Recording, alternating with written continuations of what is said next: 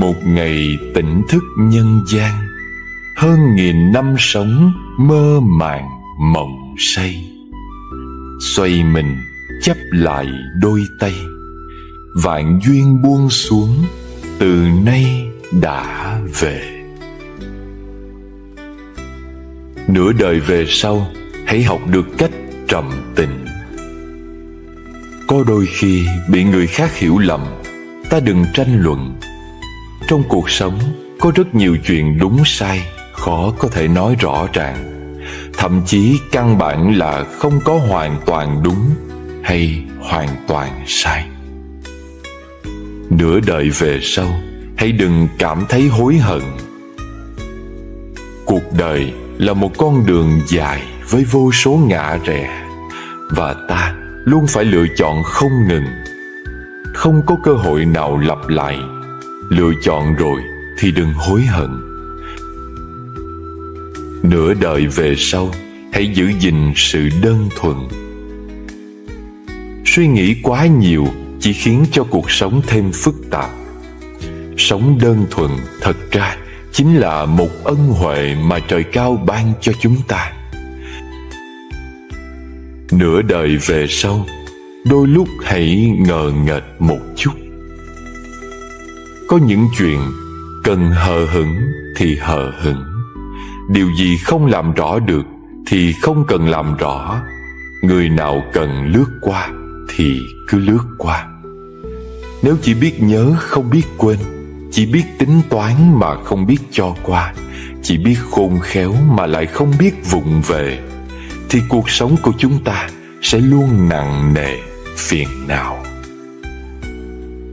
Nửa đời về sau, hãy thường xuyên chúc phúc cho người khác. Chúng ta đối đãi với người khác thế nào, họ cũng sẽ đối đãi với ta như vậy. Hãy thường xuyên chúc phúc cho bạn bè, con cháu của mình, thậm chí với cả người xa lạ, ta cũng đừng tiếc một lời chúc phúc. Khi bạn làm cho người khác vui vẻ, bạn sẽ nhận ra rằng mình còn được dâng lên trong lòng dào dạt những niềm vui. Nửa đời về sau, học cách sống tùy duyên. Người biết sống thường để mọi thứ tùy duyên. Cái gì của mình thì nó sẽ thuộc về mình, còn cái gì không phải thì nó mãi mãi sẽ không bao giờ thuộc về mình. Bạn có thể cố gắng theo đuổi những điều mình muốn, nhưng có lúc bạn phải biết buông bỏ nếu mọi chuyện đã quá giới hạn. Cứ nắm giữ chỉ làm bạn đau khổ rồi vấn vương. Muộn phiền sẽ là điều không thể né tránh. Người xem trọng danh tiếng, thể diện, sĩ diện của bản thân thì sẽ bực tức oán hận khi bị ai đó hạ nhục, coi thường.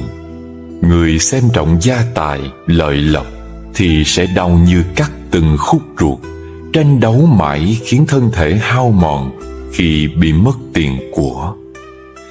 Người xem trọng sắc đẹp thì ắt sinh lo buồn, ủ rũ khi nhan sắc tàn phai theo năm tháng. Người xem trọng tình cảm nam nữ thì không tránh khỏi thất tình khi bị người yêu hờ hững, phản bội. Người xem trọng và sống lụy tình cảm thân quyến thì như ngọn cỏ trước gió, không gượng dậy nổi khi người thân gặp chuyện không hay.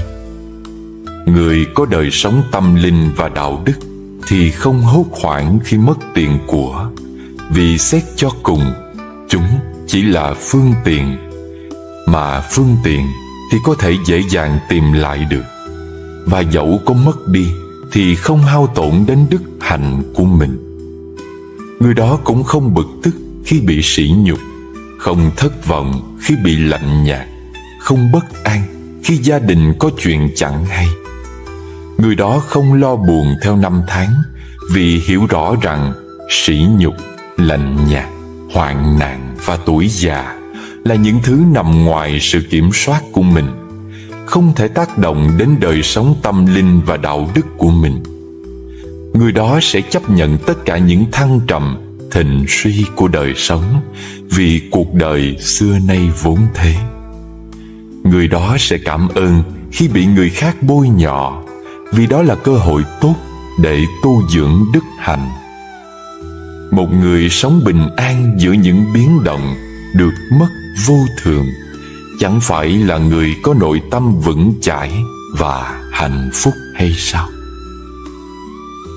Mỗi ngày ta nên học cách quên đi những chuyện làm mình không vui, học cách rời xa những rủ rê làm cho mình trở nên hèn mọn.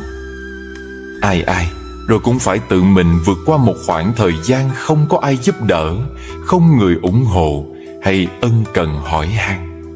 Nhưng chỉ có như vậy, người ta mới có thể kiên cường vượt qua giông tố. Trên đời vốn không có chuyện bất bình, mà chỉ có cái tâm bất bình. Đừng trách móc oán hận, mà hãy thản nhiên với hết thảy, xem mọi chuyện như khói mây. Rồi bạn sẽ nhận ra rằng đời người rốt cuộc rồi cũng như một cơn gió thoảng, khởi lên rồi tan biến, đến rồi đi, sinh ra từ cát bụi, rồi cuối cùng lại hòa mình vào cát bụi. Tình cảm giống như một cơn mưa, mưa xuống rồi cũng khô đi. Bạn bè chính như một tầng mây, tụ hội rồi lại tan đi mất. Buồn khổ chính là một vò rượu, uống say rồi cũng tỉnh. Thành công nhiều mới biết được sự đáng quý của dũng tâm. Thất bại nhiều mới biết sự đáng quý của kinh nghiệm. Mâu thuẫn nhiều mới biết sự đáng quý của bao dung. Trái tài gai mắt nhiều mới biết sự đáng quý của lòng độ lượng. Gặp gỡ nhiều hạng người mới biết sự đáng quý của tình bạn. Va vấp nhiều mới biết được sự đáng quý của khiêm cung. Dối gian nhiều mới biết sự đáng quý của chân thành. Danh lợi nhiều mới biết sự đáng quý của xem nhẹ. Xã giao nhiều mới biết sự đáng quý của thanh tịnh. Ràng buộc nhiều mới biết sự đáng quý của tự do. Khổ đau nhiều mới biết sự đáng quý của an vui giải thoát. Chỉ cần vẫn có ngày mai thì mọi thứ vẫn là có thể. Kiếp người có bao lâu, ta hãy tạ ơn vì mình đang được sống, đang được cảm nhận những hoa thơm trái ngọt của cuộc đời này. Đau thương mới gọi là tình, khổ ưu mới gọi nhân sinh kiếp người. Đổi thay mới gọi cuộc đời, khóc cười mới gọi luân hồi nhục vinh. Chỉ vì là phận chúng sinh, còn ôm giấc mộng vô minh ngủ dài. Nhọc nhằn mới gọi trần ai, thú đau thương hẹn lai rai với sầu. Không ưng phủi áo qua cầu, chưa cam thì khổ chớ hầu bỏ tha. Hiểu chăng đây cõi ta bà, khổ đau hạnh phúc vốn là bạn thân. Ngày nào về lại nguồn chân, mới mong giả biệt gian truân cuộc đời. Thì thôi chấp nhận mỉm cười, bao dung tâm lượng cho đời rộng thêm. Ngồi yên giữa cuộc lên đên, biết đâu vượt thoát hai bên vui buồn. Để lòng ngát một làn hương, từ miền cố quần chân thường thoảng qua. Không kể bạn đã gặp phải ai, người đó đều sẽ phải xuất hiện trong cuộc đời của bạn. Mọi chuyện tuyệt đối không hề ngẫu nhiên. Người đó đến và sẽ mang cho bạn một bài học, một cảm nhận, một dấu ấn. Thuyền đến đầu cầu ắt sẽ thẳng. Người khi đến đường cùng tự khắc sẽ có một lối đi mở ra. Cũng như vậy, bất kể phải đi đến đâu thì đó cũng chính là nơi ta cần phải tới. Vậy hãy trải nghiệm những gì cần phải trải nghiệm, hãy gặp những người nên gặp. Cây tùng, cây bách, chốn thâm u, nào cần người thăm hỏi, mà quanh năm vẫn tươi xanh màu lá. Cây mai giữa sương tuyết, gió rét, không cần bè bạn, vẫn đơm hoa đúng dịp xuân về. Mọi thứ đến với mỗi người đều có ý nghĩa riêng, đều là món quà cho sự trưởng thành và hoàn thiện. Thế nên hãy đón nhận tất cả với lòng biết ơn và trân trọng. Và rồi hãy sử dụng sức mạnh chuyển hóa bản thân để nghiền nát toàn bộ rác rưởi trở thành dưỡng chất nuôi cây, để cây ra hoa thơm trái ngọt. Sau đó bạn hãy tự mình nếm lấy vị ngọt của niềm hạnh phúc vui sướng rộn ràng trong lòng. Cuộc đời gặp gỡ hay ly tan đều là nhân duyên. Thuận theo đó mà được yên ổn chính là điều tốt đẹp nhất. Cuộc sống của mỗi con người cũng giống như một cuốn sách vậy. Có trang buồn, có trang vui, có trang đau khổ, có trang hạnh phúc. Bạn hãy mạnh mẽ lên, mỗi ngày lật một trang. Nếu trang nào cũng giống nhau thì cuốn sách chẳng có gì thú vị cả. Phải có trang này, trang kia thì cung bậc cảm xúc của ta mới phát huy được hết khả năng của nó. Trải qua đau khổ, ta sẽ biết trân trọng hạnh phúc hơn. Để không uổng công đến đây một đời, hãy làm việc thiện và yêu thích những gì lành thiện.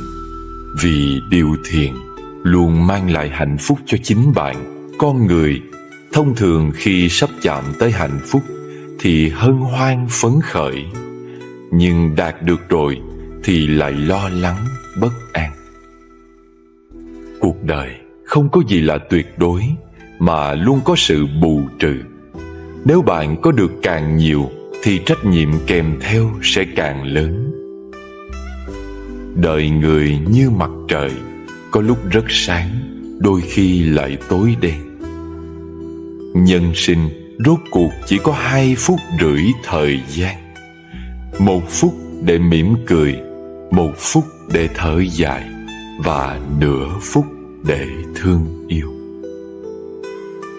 Đời người không dài không ngắn, đáng trân trọng thì nên giữ gìn, cần bỏ đi thì hãy buông tay. Có một số người ta quên không được là do không nợ. Một số khác ta nhất định phải quên đi vì không đáng nhớ. Đừng quá tin tưởng vào mắt mình, vì có khi những gì bạn nhìn thấy là những điều đang mong muốn, còn những thứ không thích đã bị bạn lướt qua. Chúng ta đều nghĩ rằng mình làm chủ cuộc đời này, mà quên mất cuộc sống vốn phải cần rất nhiều người phối hợp. Bất luận hôm nay gặp bao nhiêu khó khăn, bạn hãy cứ vững tin rằng chỉ có hôm qua là không thể trở lại, còn ngày mai chắc chắn sẽ đến. Không luôn sống hoài niệm về những gì trong quá khứ gọi là buông xả. Không cuồng vọng với những gì còn nằm trong tương lai gọi là an trú. Không vương vấn tâm tư với những người đã rời xa gọi là an nhiên. Không khổ đau với những điều đã nỗ lực mà không đạt thành tựu gọi là tùy duyên. Không quay quắt với những gì chưa có hay không có được gọi là thuần pháp. Không xâm nhập vào đám đông để đánh mất mình gọi là thận trọng. Không quên đời mình đang tồn tại qua từng hơi thở gọi là biết sống. Không thốt ra những lời binh khí miệng lưỡi gọi là ái ngữ. Trước khi quyết định làm điều gì, nhận thấy rằng điều đó sẽ dẫn đến đau khổ cho mình, cho người, ngày đó biết dừng tâm lại gọi là từ bi. Tự lực sống vui. Con người dù lạc quan thế nào cũng có khi phải rơi lệ. Nội tâm dù mạnh mẽ đến đâu cũng sẽ có lúc cảm thấy chông chênh. Chúng ta đều mong ước khi trời mưa có người che dù, gặp oan ức có người an ủi, lúc nguy cấp có ai đó bảo vệ. Nhưng ai nấy cũng đều hiểu rằng đường dù xa đến đâu, bản thân cũng phải tự đi. Việc dù nhiều rối rắm, mình cũng phải tự làm.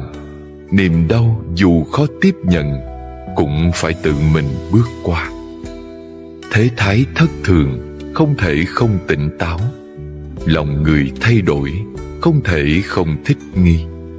Hãy học lấy sự trân trọng, nhưng đôi lúc cũng nên biết cách lãng quên. Đối diện với điều khó đối diện, có khi cũng là sự gánh vác. Tiếp nhận những điều khó tiếp nhận sẽ giúp ta trưởng thành hơn. Dù lòng người thường hay yếu đuối, cũng nên cố gắng tập sống thật mạnh mẽ, vì không ai có thể thay thế ta sống trọn cuộc đời này. Thương lấy bản thân, đối xử tốt với mình và sống những ngày tháng đáng tự hào. Giá trị của trắc trở. Quen biết rất nhiều, nhưng thật sự giúp đỡ bạn được mấy người. Không cần biết người thân nhiều hay ít, hãy xem khi bạn gặp khó khăn, có bao nhiêu người nhìn thấy bạn. Những người cùng bạn ăn uống mỗi ngày, khi có việc cũng không chắc sẽ giúp đỡ bạn đâu. Bạn bè cần chất lượng, không quan trọng số lượng. Như khoai tây, dù chất đầy xe, cũng không thể sánh với một viên ngọc sáng. Tôi có một cái bánh, nếu chia bạn phân nửa là tình bạn. Nếu chỉ ăn một miếng rồi nhường hết cho bạn là tình yêu. Nếu dành trọn cho bạn là tình mẹ. Còn như giấu đi rồi nói với bạn rằng mình đang đói là tình đời. Đàn ông nghèo khó một lần sẽ nhìn thấy người thật sự yêu thương mình. Phụ nữ xấu xí một lần mới nhận ra ai là người không bao giờ bỏ rơi bạn. Cuộc đời khốn đốn một lần mới hiểu rõ người hết lòng lo lắng cho ta là ai. Đồng hành là không phải vì giàu có mới đi cùng. Trân trọng là không phải vì xinh đẹp mới quan tâm. Thời gian không thể lưu lại tài sản hay nhan sắc, mà chỉ có thể là sự chân thành. Ngày tháng không thể phát sinh tình cảm hay chân lý, nhưng có thể giúp bạn nhìn thấy được lòng người thật giả.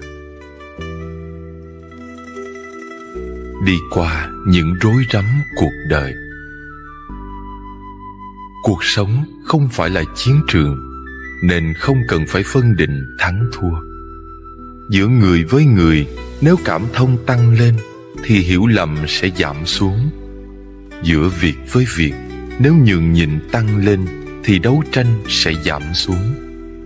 Có một số việc cần phải nhẫn, có một số người cần phải nhường, không thể tranh giành thấp cao. Không nhất thiết phải cầu xin sự tán đồng và thấu hiểu của ai cả, vì mỗi người đều có quan điểm và cá tính riêng.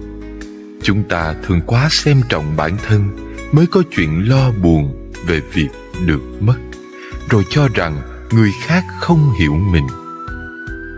Thật ra, làm người cần phải biết xem nhẹ cá nhân, giảm một chút tự ngã và đặt mình vào vị trí người khác để nghĩ, sẽ thấy cuộc đời dễ thương hơn rất nhiều. Cho nên mới nói, càng mở lòng ra thì niềm vui càng lớn, bao dung càng rộng sẽ nhận được càng nhiều. Đừng bàn luận chuyện sau lưng người khác, cũng không cần quá để tâm đến những lời đồn thổi về mình. Vì một người vô dụng thì không có gì để nói. Càng xuất sắc sẽ càng bị để ý và bị bình phẩm. Ở đời, nhận lỗi là một dạng thành thật, còn bỏ qua là một kiểu phong độ. Nếu bạn gửi đi thành thật mà không nhận được phong độ, chứng tỏ đối phương có phần tầm thường và thô tục. Miệng lưỡi người khác chúng ta không thể khống chế được. Việc dễ dàng nhất là giữ cho mình một tấm lòng nhẹ nhõm, rồi bước qua những rối rắm cuộc đời.